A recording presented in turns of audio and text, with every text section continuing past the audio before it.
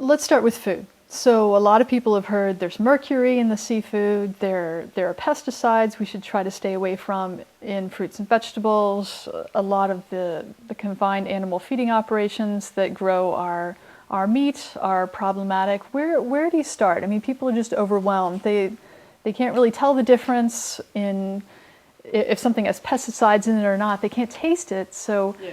If you were just to recommend a place for people to start in terms of what they're consuming, what they're putting inside their body, what should they look for? Well, there's two great sources for information on seafood and on produce that you mentioned. One of them is the Monterey Bay Aquarium puts out these little purchasing guides, and they're geared for every different part of the country. And they include not only the fish that have potentially high levels of heavy metals in them, and those tend to be like the fatty fishes. So unfortunately, fatty tuna is no longer on my sushi list, which is sad, but because I love sushi and I continue to eat it. But there are ways you can choose, stay away from the fattier fish if you don't know where it's coming from.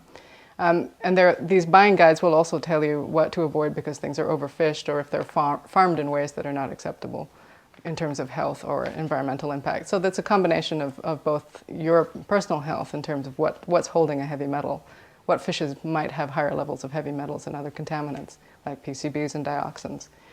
Because a lot of these contaminants will concentrate in fat. That's one of the things so women on the whole tend to have a higher exposure and can hold a lot more chemicals in their body because we are, sadly, biologically designed to have more fat on us. And so one of the issues here is that the health impacts on women tend to be higher because they do have these chemicals concentrating in their fat, which is one of the many reasons that, and also something like mercury is a developmental toxin. So if you're pregnant or planning to be pregnant, you should probably reduce your intake of fatty fishes like tuna. Are they on the web? They are on the web. They're at montereybayaquarium.org. Yep, I believe that's the website.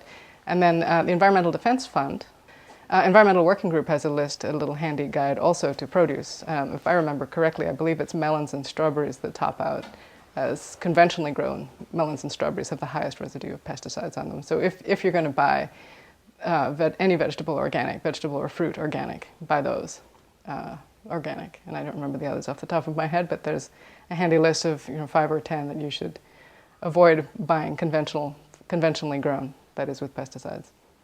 We just did a seasonal produce widget for Greenwala. We're going to have it up very soon.